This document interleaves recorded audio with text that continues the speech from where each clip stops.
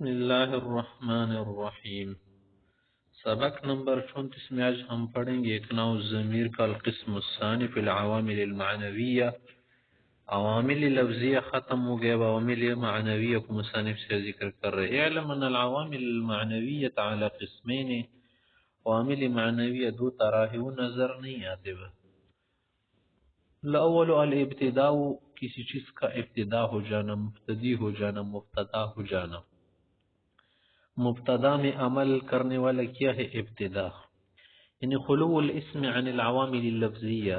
ابتدا کا مطلب یہی ہے نا کہ کوئی اسم عوامل لفظیہ سے خالی ہو، اسی لیے تو ہم کہہ رہے ہیں کہ عوامل لفظیہ نہ ہو۔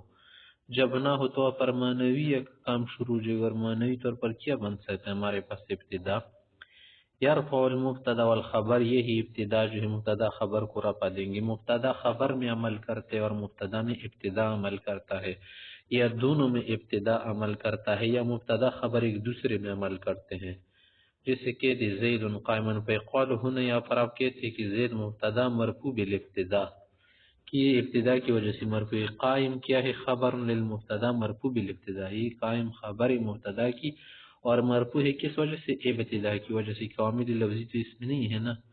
وفی مذہبان اخران، دو مذہب اور علماء نحویین کے، احد من الابتداء عامل فی المبتدا، کہ مبتدا میں عمل کرنے والا تو ابتدا ہے، والمبتدا عامل فی الخبر، خبر میں جو عامل ہے وہ مبتدا ہے۔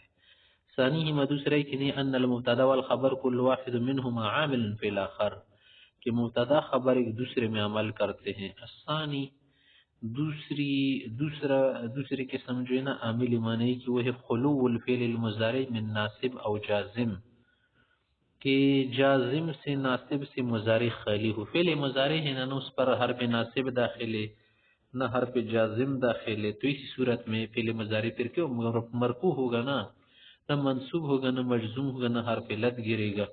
یرفع الفعل المضارع، جیسے یضرب زید، فہا ہونے یضرب مرفوع، یا فرہا یضرب مرفوع لخلوه من ناصب و جازم، کیونکہ اس پر نہ ناصب داخل نہ جوازم۔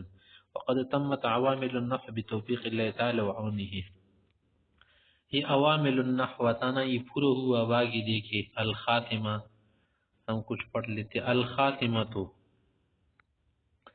فی فوائد متفرقہ، یجب معرفت وہی فی ثلاثة فصول، یا پر کچھ فائدے ذکر کر رہے، اس کا جاننا چاہیے۔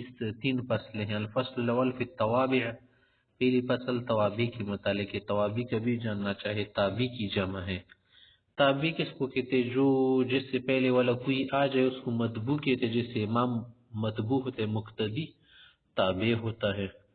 اعلم ان التابع هو كل لفظ انسان، یعنی ہر دوسرا لفظ ہوتا ہے وقع بعد اللفظ الاول، جو پہلے لفظ کے بعد آ جائے، وَأُعْرِبَ بِإِعْرَابِ سَابِقِهِ، اور پہلے والا کا جو اعراب ہونا اس پر لگ جائے، من جہت واحد، دونوں کی وجہ ایک ہو۔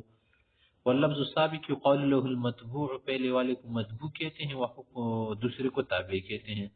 وحکم التابع، تابع کا حکم کیا ہے؟ ان يتبع متبوعه في الاعراب، یہ اعراب میں متبوع کا بالکل تابع ہوگا، اسی طرح ہوگا۔ اگر وہ مرفوع تھے مرفوع، منصوب تھے منصوب، وہ مجرور تھے مجرور، جو اس پر آئے گا یہ اس پر آئے گا۔